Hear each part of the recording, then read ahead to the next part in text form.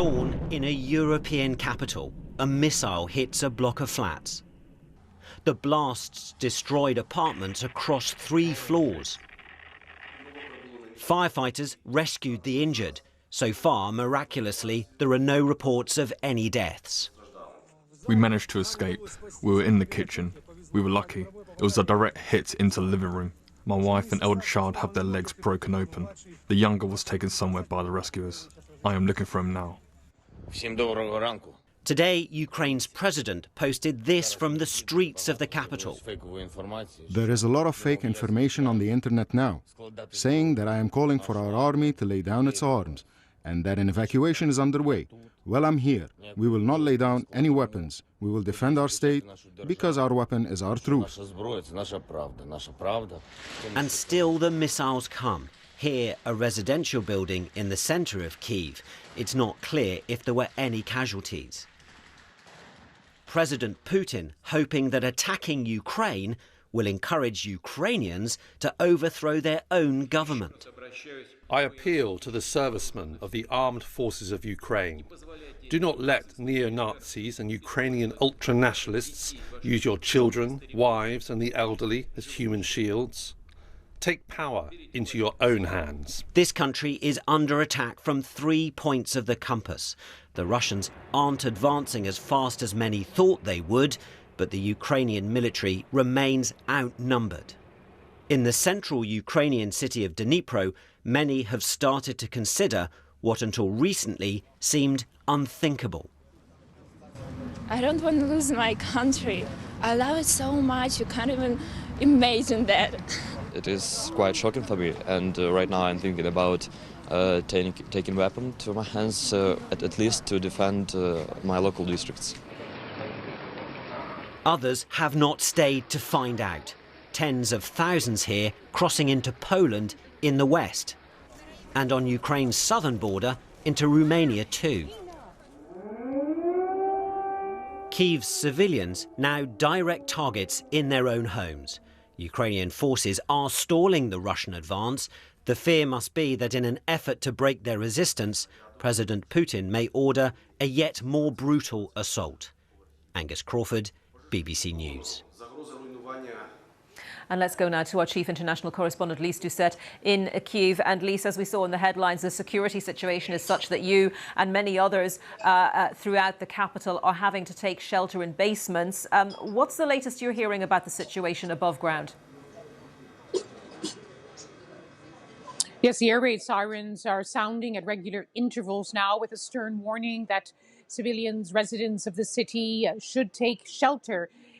It's not an idle warning. There are reports now of fighting on the edges of the city. The main highway running east-west was a war zone last night as Russian forces have tried to advance. There's been missile attacks in the early hours of the morning against the southwest of the city, rather. We've been reporting about this residential complex, this long tower block, which was hit despite President Putin's promise that civilians would not be targeted, just military infrastructure.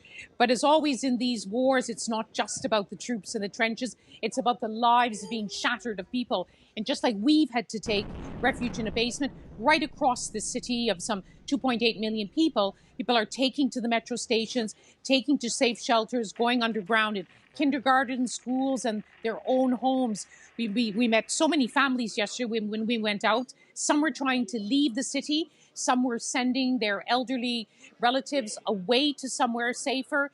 Everyone trying to find somewhere to hide.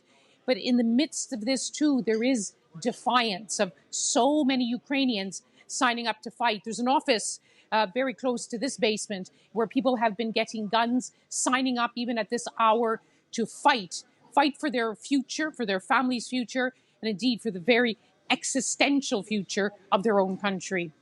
And Lise, that was a tone struck also by President Zelensky, wasn't it, in his latest message a short while ago? He said we will overcome, and he seemed defiant, but he also seemed pragmatic, I guess, in that appeal for help, saying anyone who wants to come and fight to help us defend ourselves, we will arm you. And a recognition from him, I guess, in that statement of what a tough job they have on their hands to stave off the Russian forces.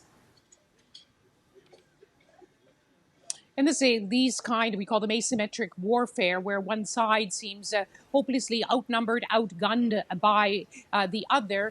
For Ukrainians, and we've heard it from President Zelensky, we heard it from Vitaly Klitschko, the mayor, who's a champion boxer in another life, basically this morning taking to the streets and saying, we are still here, we survived the night, and Russian forces are not in the center of the city. Just surviving is seen as a success. But of course, this is just the beginning of what could be a very long, drawn-out battle. And President Zelensky, former comedian, as many people like to mention, but now he's a wartime president. And I know from being here for many weeks that hardly a day goes by, and sometimes twice a day, he addresses the Ukrainian people directly in one very emotional speech. Before the invasion began, in fact, hours before, he appealed directly to the Russian people. He switches from Ukrainian language to speak to his people, then switches to Russian to speak directly to the Russian people, urging them not to wage in war against their neighboring. There's so many deep personal historical connections between the Ukrainian people and the Russian people, not in that same way that President Putin has said that the country should not exist because it's an inexorable part of Russia itself. But yes, he has used these messages calling on citizens to remain calm. That has been his mantra for many weeks now, and he's still saying that at the same time as his defense ministry is urging people to sign up, no combat experience necessary. Any man now between the ages of 18 to 60 could be called up, but there's so many volunteers. People also being told yesterday to prepare Molotov cocktails to take on the invading forces. So this is not just army to army, it is very much the army against the people as well.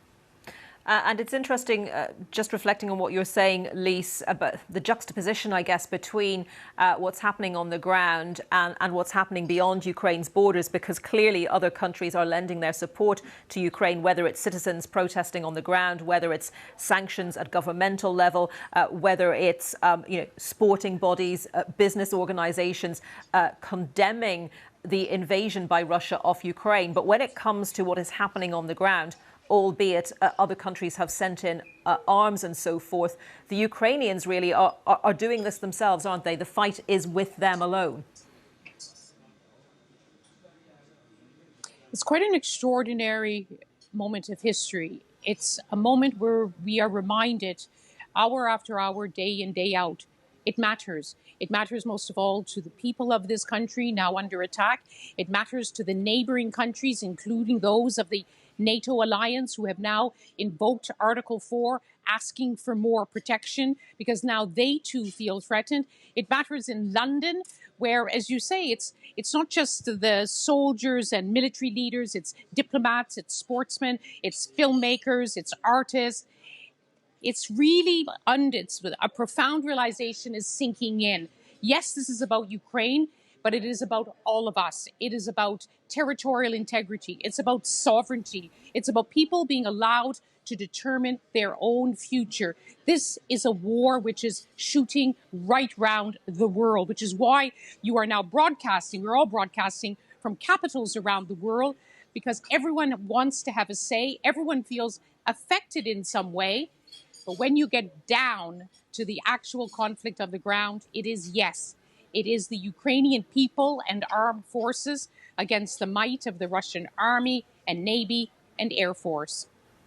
Lise, thank you very much. Lise Doucette, our chief international correspondent. Do stay safe, Lise. Well, our